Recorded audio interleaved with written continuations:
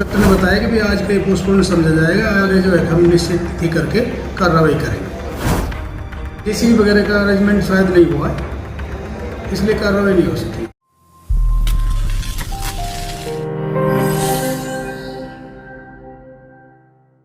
सोहना नगर परिषद कार्यालय में तैनात ईओ की दबंगई इस कदर व्याप्त है कि ना तो उसको जिले के उच्च अधिकारियों के आदेशों की कोई परवाह है और ना ही सरकार का कोई डर।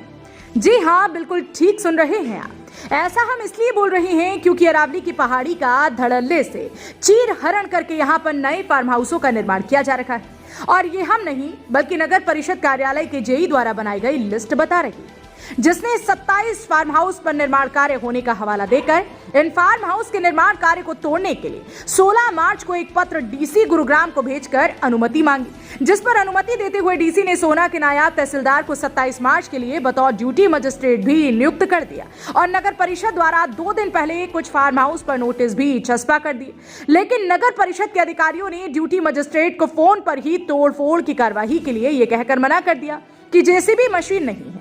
लेकिन जनाब, बात जेसीबी मशीन की नहीं बल्कि असली बात यह है कि नगर परिषद की तरफ से जिन फार्म हाउसों को तोड़ने की बात की जा रही थी, उन फार्म हाउस मालिकों में से कोई चढ़ावा चढ़ाने के लिए नगर परिषद कार्यालय नहीं पहुंचा, इसलिए उनको परिषद में बुलाने के लिए और समय दिया जा रहा है। ये बात हम इसलिए बोल रहे हैं क्योंकि इससे पहले भी परिषद द्वारा 15 फार्म हाउस के अंदर निर्माण कार्य किए जाने का हवाला देकर उच्च अधिकारियों से तोड़फोड़ की अनुमति मांगी गई थी, लेकिन तोड़फोड़ सिर्फ 4 फार्म हाउस के अंदर ही की गई थी। अगर हम ये कहें कि तोड़फोड़ के नाम फार्म हाउस मालिकों को जहां अवैध कब्जा सोहना नगर परिषद के अधिकारी करा रही हैं, वहीं बदले में उनसे अवैध उगाही भी करके जहां सरकार की आंखों में धूल झोंकने का काम कर रही हैं, वहीं एनजीटी के आदेशों को भी हवा में उड़ा रही है। ये नगर परिषद के द्वारा रायसेना जो है कि एनजीटी का आदेश में जो है कि कार्रवाई करनी थी।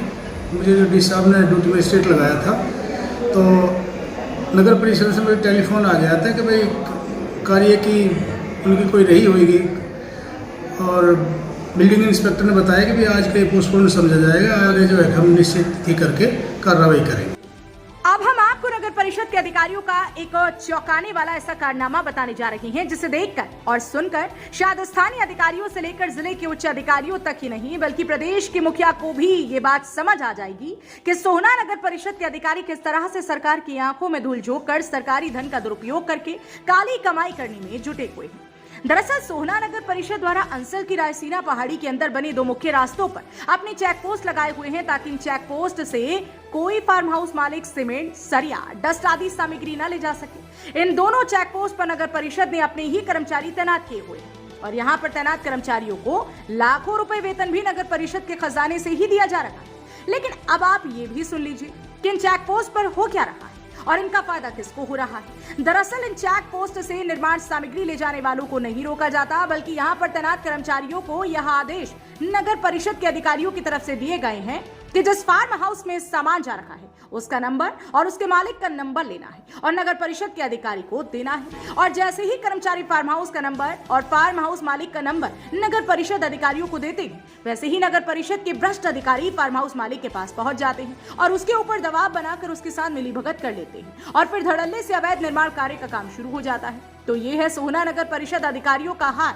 यानी कि अगर ये कहा जाए कि कांग्रेसी ईओ सरकार की आंखों में जहां जमकर धूल झोंक रही है, वहीं जमकर काली कमाई करने में भी जुटा हुआ है। तो अगली कोई डेट रखी गई है? अभी कोई नहीं रखी गई है, उनके पास शायद आज जेसीबी वगैरह का अरेंजमेंट शायद नहीं हुआ है, इसलिए कार्रवाई नहीं हो सकी। हाँ, लेकिन ये लेटर कितने दिन पहले आ गया था जी आपको? लेटर मुझे तो आ गया था, पर नगर परिषद ने बताया कि हमें जो है कि आज ही प्राप्त हुआ है जी।